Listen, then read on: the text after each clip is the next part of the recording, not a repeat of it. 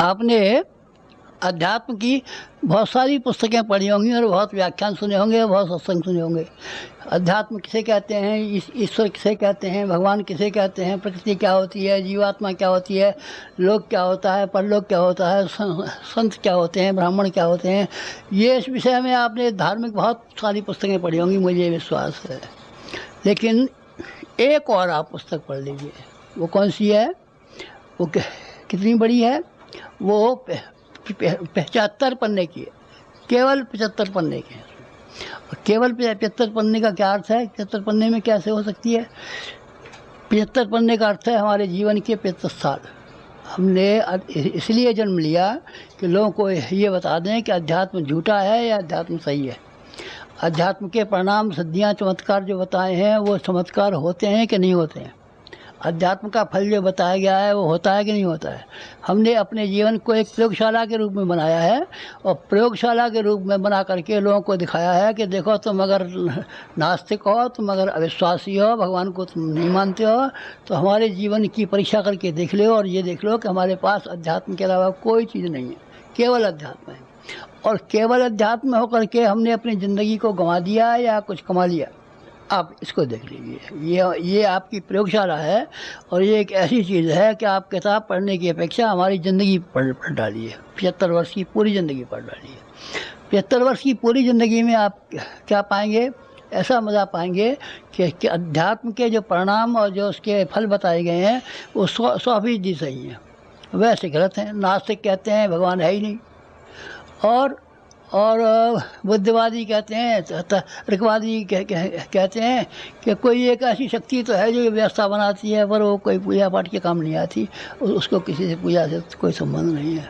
अच्छा, क्या चलिए, लोगों ने हज़ारों बात कही है, पर हमने तो अपना जीवन लगा करके और उसके परिणामों को दिखा करके बताया कि इसके परिणाम देखिए कि अध्यात्म अगर सच्चा हो तो उसके सच्चे परिणाम निकलते हैं कि नहीं निकलते। कैसे निकले? देखिए, मैं आपको अपने 75 पन्ने की यानी 75 साल के जीवन में से थोड़ी सी घटनाएं सुनाता हूँ। सारी घटनाएं सुनाऊँ तो रामायण बन जाएगी और उसको कहाँ तक पढ़ेंगे और आप कहाँ तक सुनेंगे। PhD किसी ने किया है और PhD वाले ने इतना मोटा ग्रंथ लिखा है कि गुरु जी की कितनी बड़ी ज़िंदगी है, क्या क्या काम किए हैं, अब उसको आप जान लीजिए। मैं तो आपको काम के चुने हुए कुछ पन्ने सुना देता हूँ, जिससे कि आपको का भी समय न खराब हो और मुझे भी बेकार बात न करनी पड़े। क्या है बेकार बात करने की? हमारे इस संसार के 2 गुरु हैं जिनको हम भूल नहीं सकते कभी। एक महामना मालवीय जी हमारे गुरु हैं। 9 वर्ष की जब उम्र थी तो हमारे पिताजी वहाँ लेकर के गए थे और काशी विश्वविद्यालय में मालवीय जी सहपाठी थे उनके, उन्होंने हमको दीक्षा दिलाई थी और गायत्री मंत्र उन्होंने दिया था। और एक बात कही थी जो हमको गांठ बंधी हुई है और आज तक हमने बुराई नहीं है उसको। बहुत सी बातें कही थी, उपदेश दिए थे, वो तो हम सब भूल गए। उनमें से तो अब क्या क्या कहा था याद नहीं है। गायत्री मंत्र याद है, उन्हीं ने दिया था हमको, यज्ञोपवीत उन्होंने दिया था। और एक बात कही थी उन्होंने कि गायत्री ब्राह्मण की कामधेनु है, तू ब्राह्मण बनना, इसका दूध पीना चाहे तो ब्राह्मण बन जा। तो हमने कहा हम ब्राह्मण तो है ही, हम 60 ब्राह्मण हैं और आप उनको ब्राह्मण नहीं मानते क्या? कोई और लोग कहते हैं जैसे कि ये बढ़ई है तो आप बढ़ई मानते हैं कि नहीं? तेरे पिताजी तो हमारे साथ पढ़े, बढ़ई थोड़े कहते हैं हम तो। ये हम तो अब मानते तो ब्राह्मण ही हैं, लेकिन ब्राह्मण पैदा नहीं होते, बनते हैं। मनु ने कहा है महायज्ञेश यज्ञेश ब्राह्मण्यं क्रियते तनु।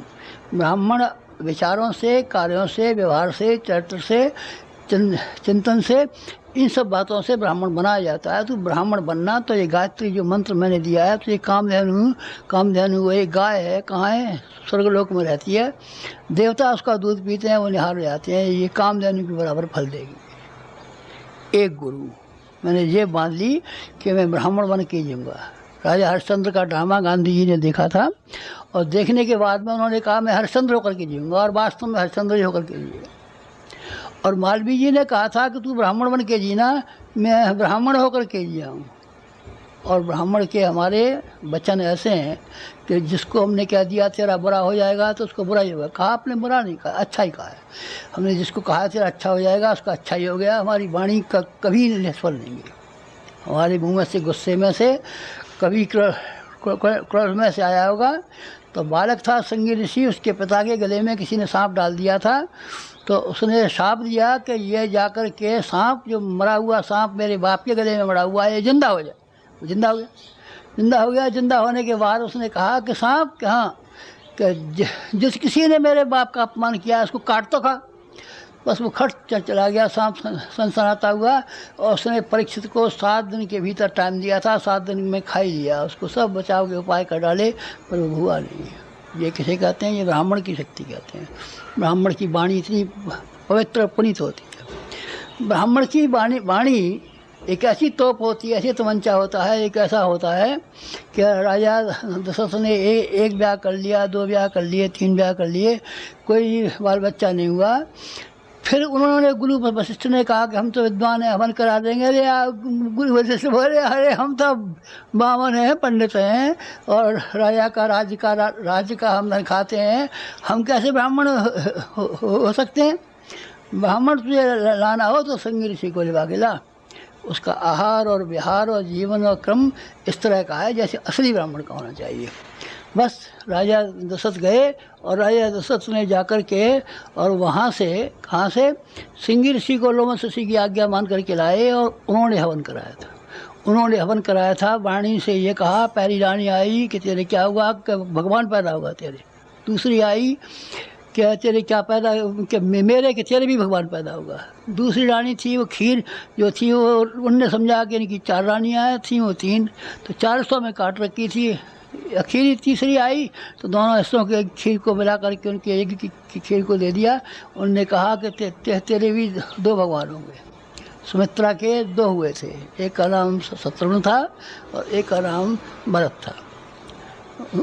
उनको राम को जब उनके कौशल्या को राम हुए, क्या के भरत हुए थे, सुमित्रा के शत्रुघ्न और ये लक्ष्मण हुए। 4 बेटे हुए थे। ब्राह्मण की वाणी से निकल गया, बस वही हो जाएगा। उनने कहा तू ब्राह्मण बन जाना, बस ब्राह्मण होने के बाद तेरी सिद्धियाँ पीछे पीछे फिरेंगी, सिद्धियाँ तेरे पीछे पीछे फिरेंगी, कामधेनु तेरे घर पर जाएगी और दूध पिलाया करेगी, धन्य हो जाएगा। मैंने सबसे पहले किताब जो लिखी है उसमें उसका नाम था गायत्री ब्राह्मण की कामधेनु में। लेकिन फिर लोगों ने कहा कि अरे साहब ये जात पात आप फैलाते हैं, और ये बामन बनियाँ फैलाते हैं, और गवर्नमेंट के कानून के विरुद्ध कहते हैं कि ब्राह्मण को ऊंचा बताते हैं, औरों को नीचा बताते हैं। तो मैं समझा कि लोगों की समझ में नहीं आया है।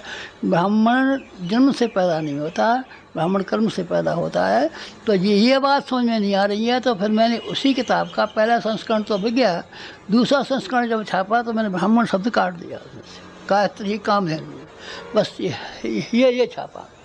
और अब आपका ख्याल क्या है? अभी भी मेरा ये ख्याल है कि गायत्री ब्राह्मण की कामधेनु, ब्राह्मण की कामधेनु है। ब्राह्मण अगर है कोई व्यक्ति तो उसकी वाणी, ब्राह्मण की वाणी इतनी होती है कि यूँ कहते हैं कि उसके पैर छुओ या आशीर्वाद ले जाओ, उसका आशीर्वाद फलता और फूलता है, फलता और फूलता है। ये तो अब मालवीय जी की शिक्षा हो गई।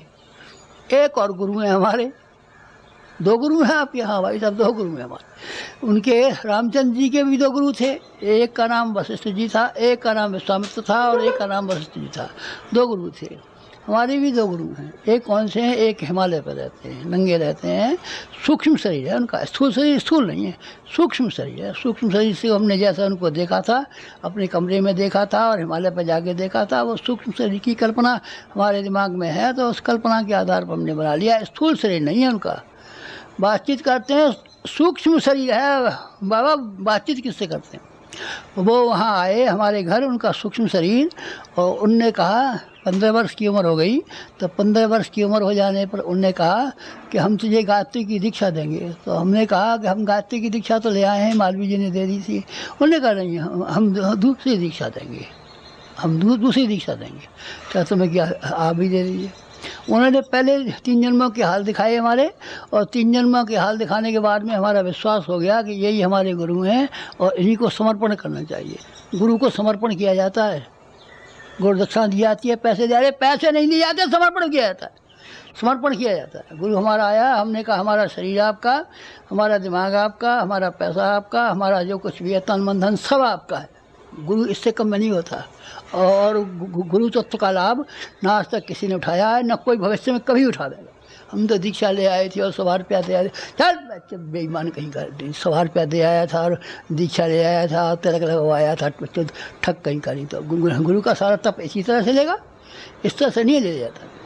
आग में ईंधन को डाल देते हैं, ईंधन समर्पित हो जाता है, समर्पित होने के बाद में आग जैसा हो जाता है, बिल्कुल आग हो जाता है अगर समर्पित हो तो। और समर्पित न हो, इस बात पर मौका मिले कि गुरु जी की चप्पल चुरा ले जाऊँ और जेब में कोई पैसे हो तो चुरा ले जाऊँ, नाक काट ले जाऊँ, उनके बाल उखाड़ ले जाऊँ, इनके घर वालों में से ले जाऊँ, कोई ऐसा ठग हो तो मरेगा दूसरा।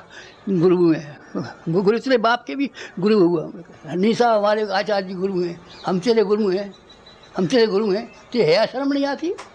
हम है तो हमारा कहना नहीं मानता, हमारे रास्ते पर नहीं चलता। गुरु हैं, हमने गुरु बनाए थे, गुरुदक्षा ली थी, इसलिए हमें इसका सब शांत कुंज का मालिक बना दो। भाग जा बेईमान कहीं का, ऊपर से कहता है गुरु है हमारे, हम तेरे गुरु हैं, दुश्मन है हम तेरे। हमारी तेरे कोई आज्ञा मानी, हमारे कहने पे चला, हमारे साथ एक कदम उठाकर चला गया है पश्चिम को और हम ले आ रहे थे पूरब को, ऊपर से कहता है गुरु हैं।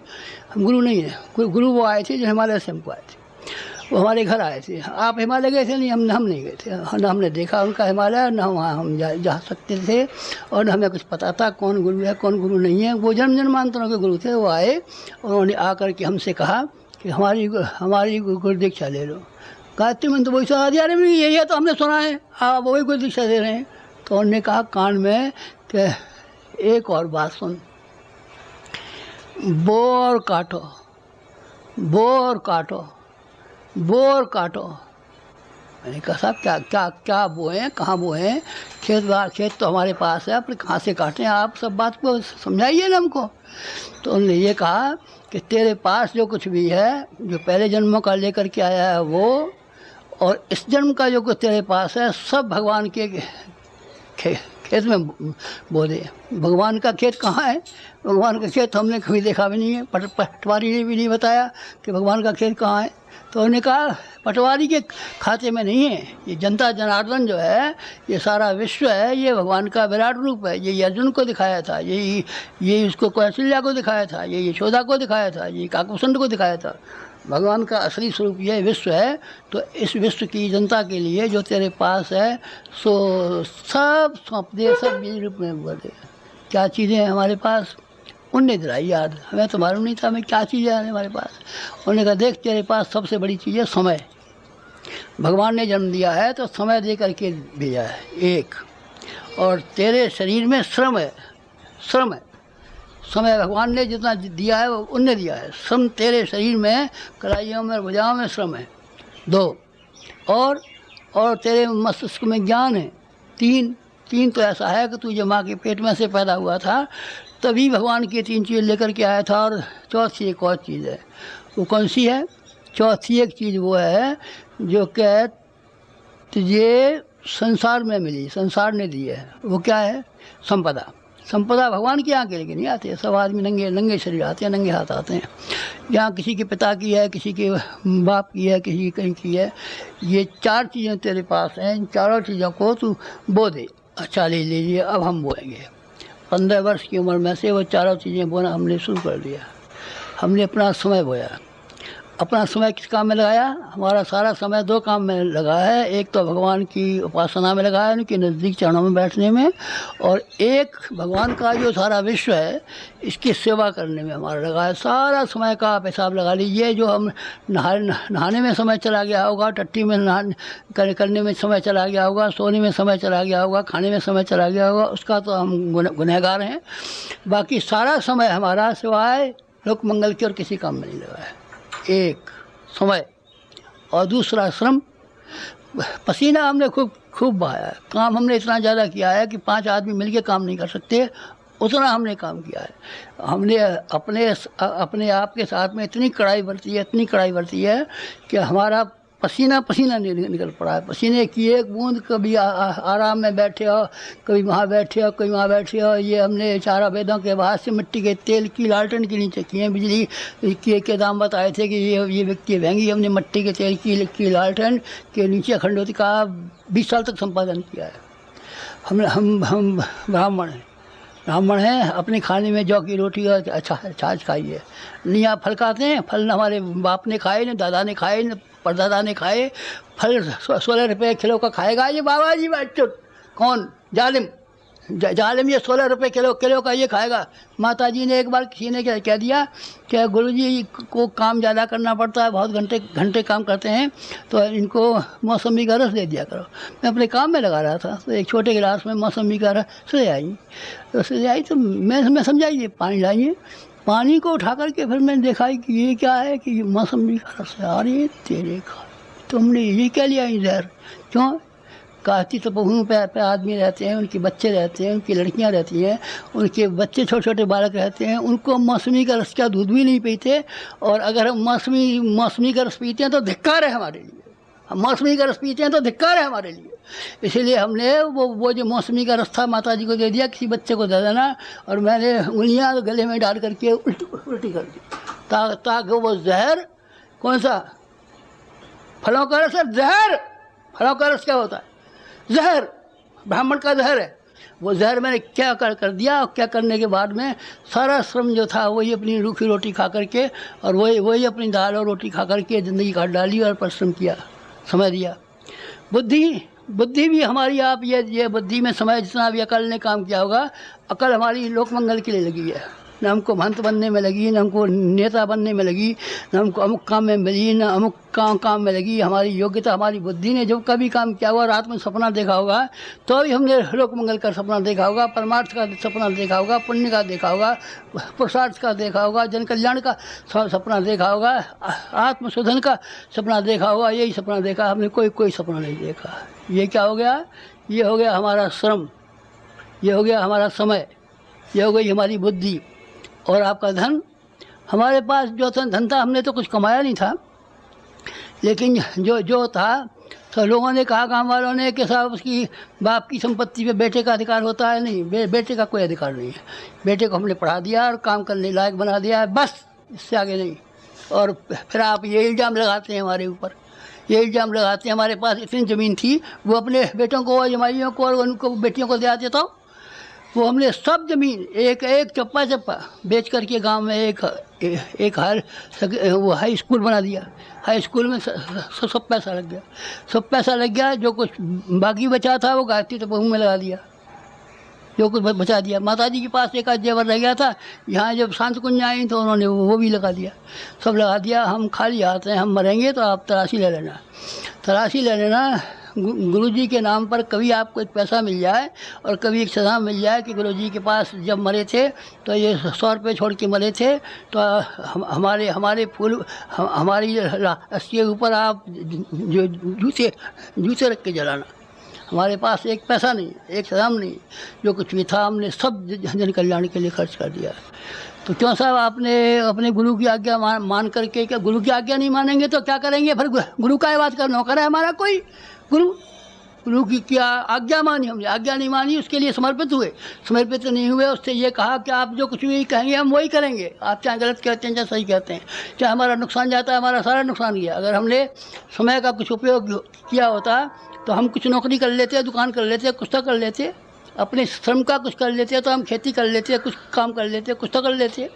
जो हमारे बाप दादे लाखों रुपए की जायदादें छोड़ के गए थे, अभी आप मकान देखना हमारा कितना बड़ा मकान, उसमें से जो हम छोड़ के गए थे उस पैसे को बैंक में जमा कर देते, तो उसकी ब्याज से हमारी 7 पीढ़ी बैठ कर के बैंक से खाती रहती है। पर नहीं, गुरु शिष्य की परंपरा बड़ी होती है। गुरु आपने सुना हमारा वो गुरु बकेवत बच्चों, धूर्त, बेईमान, चालाक, गुरु बताता है। गुरु किसे कहते हैं जानता है? हम जानते हैं गुरु को, हमने जीवन में गुरु को समझा है और गुरु ने हमको समझा है कि ये आदमी पात्र है, इसका पात्र है। उसने अपनी सारी शक्ति उड़ेल दी हमारे ऊपर। उसका तप जो है, जितना पुराना तप है, उसने एक और एक तप उड़ेल दिया हमने, और हमने जो कुछ भी था सब सौंप दिया है। आग ने अपनी सारी गर्मी ईंधन को सौंप दी है और ईंधन ने अपनी सारी गर्मी सारा शरीर आग को सौंप दिया है। बस ये हो गया। तो आपको फिर क्या मिला इससे? भाई साहब जो मिला उन्होंने ये कहा था, देख बाजरा जो है 100 गुना पैदा होता है। खेत में एक बाजरे का बीज बो दे तो उसमें जो बाल आवेगी 100 होंगे, और जो मक्का बोएगा, एक मक्का का बीज बोएगा तो 100 गुना बोएगा। हमने जो जो जो 4 चीज़ें बोई उसकी 100 गुनी ज़्यादा हमने प्राप्त की है। समय जो आपने लगाया, वो समय जो हमने लगाया भाई साहब, वो हमारा समय इतना बड़ा समय है, इतने वर्ष की ज़िंदगी जी ली हमने कि आपको अचंभा होगा। राम वो जो थे विवेकानंद 30-35 वर्ष दिए थे, राम 30-35 वर्ष दिए थे, और विवेकानंद 30-35 वर्ष दिए थे। इतने ही वर्ष में इतना काम कर लिया जो कि 350 वर्ष में नहीं हो सकता। और हमने 75 वर्ष में इतना काम कर लिया जितना कि 750 वर्ष में नहीं हो सकता। कोई एक आदमी 750 वर्ष लगातार बैठा रहे और काम करता रहे तो 750 वर्ष का काम नहीं कर सकता। जितना कि हमने साहित्य लिखा है, जितना हमने संगठन किया है, जितने हमने शक्तिपीठें बनाई हैं, जितना हमने जो काम किया है, जितना हमने राष्ट्रीय कांग्रेस में काम किया है, उन सब कामों को आप लगाएं तो वो बहुत बड़ा काम है। ये जो काम कर डाला, ये क्या है? हमने समय बोया और उसके बदले में इतना मूल्यवान समय पाया कि लोग कहेंगे कि गुरुजी की बातें जो सुनाई जा रही हैं ये तो 750 वर्ष के जिए होंगे। कैसे लोग हम कह देते हैं कि 600 वर्ष के हमारे गुरु हैं, लोग हमको 750 वर्ष का गुरु बताएंगे। क्योंकि हमने इतना काम किया। ये क्यों किया? कि हमने उनको दिया। और वो जो आपने समय दिया, वो हमने प्यार पाया। हमने प्यार बेचा है और प्यार खरीदा है। हमने प्यार लौटाया है और प्यार समेटा है। इतना प्यार कि हमारे पास जो कुछ पुण्य रहा होगा, गुरुजी हमारा ये आदमी बीमार है, आप ठीक कर दीजिए, हमारे पास कोई पुण्य का भाग रहा होगा तो हमने उसको दे दिया होगा। जो अच्छा हो गया होगा और रोता हुआ आया होगा, हंसता हुआ गया होगा। जो रोता हुआ आया होगा और हंसता हुआ गया होगा, तब उसके पीछे जो उसका प्यार उठा के देखो, इसने हमारे लिए कुछ किया था, हमारे लिए कुछ किया था। 24 लाख आदमी लिए फिरते हैं, वो हमने चालाकी से थोड़े बनाए, जालसाजी से थोड़े बनाए, अखबार निकाल के थोड़े बनाए, फोटो छप्पा के थोड़े बनाए कि 24 लाख आदमी ऐसे बन गए। 24 लाख आदमियों के लिए हमने कुर्बानियाँ की हैं, और वो आदमी कुर्बानियाँ करने के लिए हमेशा हमारे लिए तैयार है, हमेशा हमारे लिए तैयार है।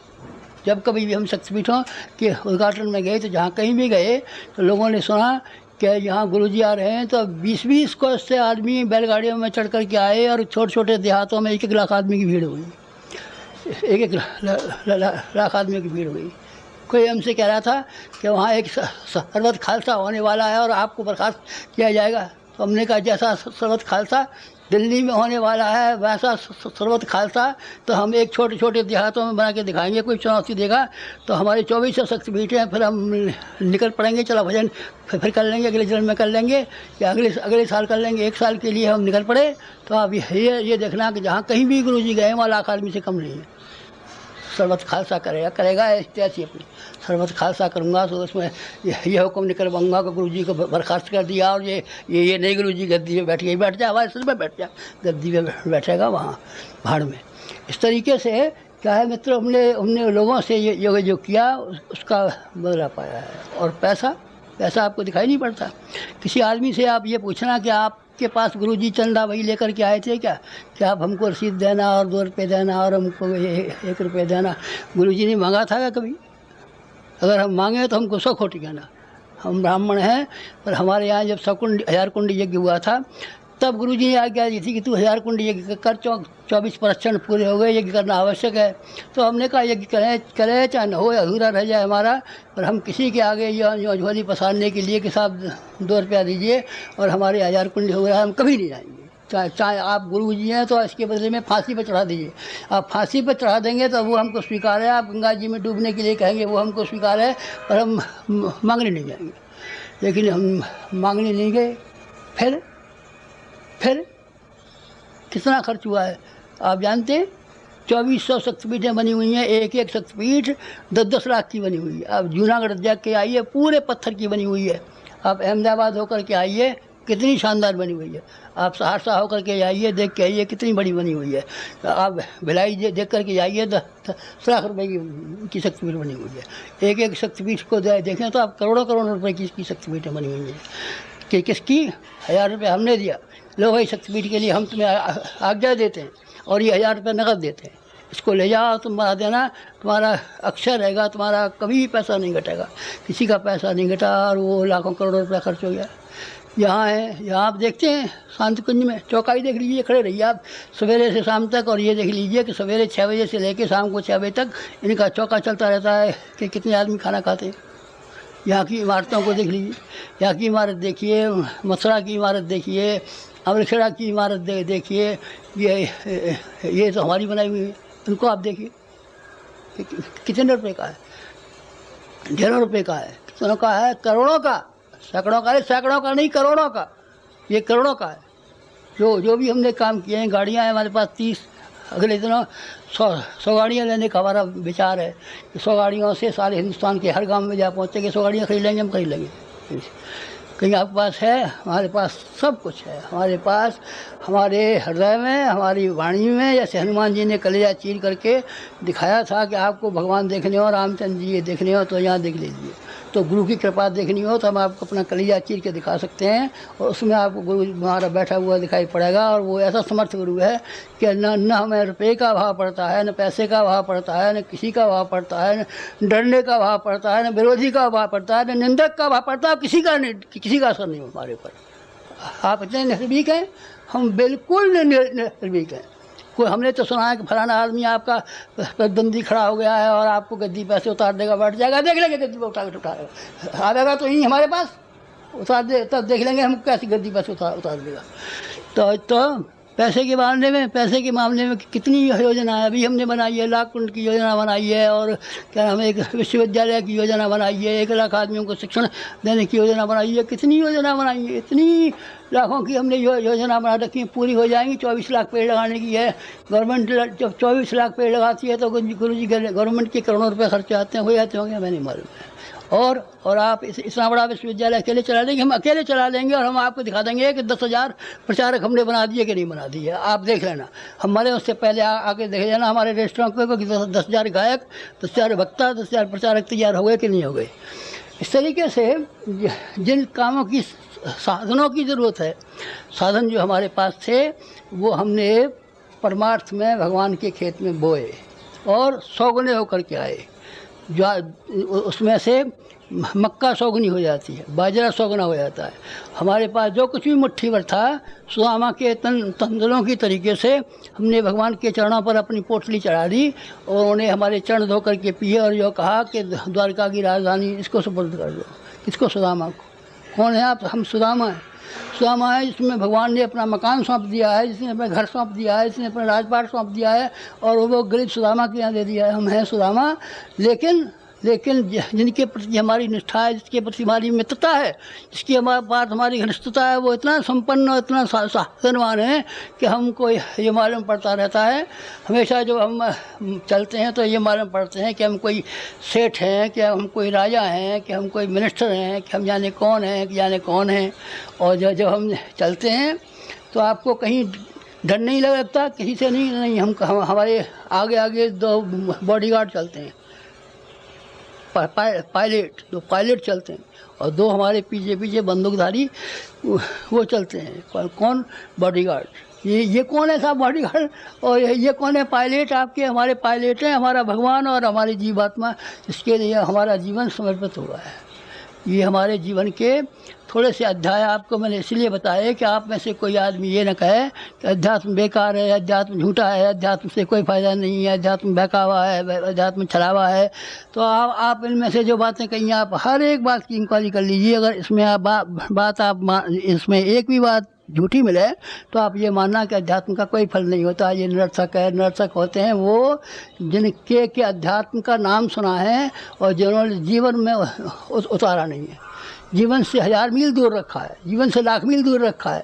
कभी माला देवी की घुमा दी है, कभी चंडी की घुमा दी है, कभी डंडी की घुमा दी है, कोई महादेव की घुमा दी है, कोई फलाने की घुमा दी है। ये स्वांग तो करता रहा है, पर अध्यात्म को जीवन में समाविष्ट किया है, हमने जीवन में समाविष्ट किया है। जीवन में समाविष्ट किया है। बस ये हमारे जीवन के 75 पन्ने की किताब के थोड़े से ऐसे अध्याय हैं, थोड़े से प्रश्न हैं, इनको आप देख इनको आप पढ़ लेना, फिर आप इनकी तहकीकात करना। जो यहाँ कहा गया था वो सचमुच कहा गया था या हमको बहकावे के लिए क्या कहा गया था, यानी कि अध्यात्म ने वास्तव में चमत्कार दिखाए थे कि हमको बहकाने के लिए कह रहे थे। आप देखना इसको, ये आपको हम चैलेंज करते हैं तो हमारा अध्यात्म सही है और उसका था ये आपको हमने अपने जीवन में से अध्यात्म का स्वरूप, अध्यात्म का फल, अध्यात्म का प्रयोग ये बता दिया। बस ये 75 पन्ने की किताब में से आप इतना ही पढ़ लें, इतना ही समझ लें तो आपने समझ लिया। भागवत पढ़ ली, गीता पढ़ ली, रामायण पढ़ ली, सब पढ़ लिया और उसका सार समझ लिया और ये जान लिया कि अध्यात्म सही है, सच्चा है, इसके फल और परिणाम और रिद्धियाँ और सिद्धियाँ सभी सही है। बस इतना कहना था।